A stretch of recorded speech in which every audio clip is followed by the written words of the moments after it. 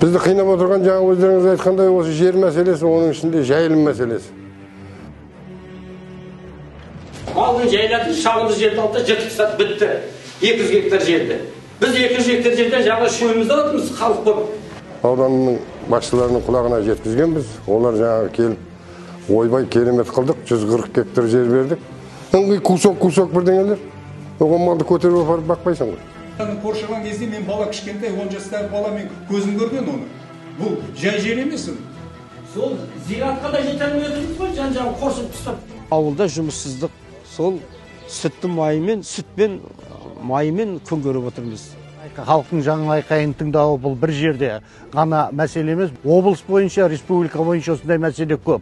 Сондықтан біз әрі қарай осы ісімізді жалғастыруға дайынбыз. Әрі қарай халықтың жер үшін күресін біз қорғаймыз деп сенім білдіреміз.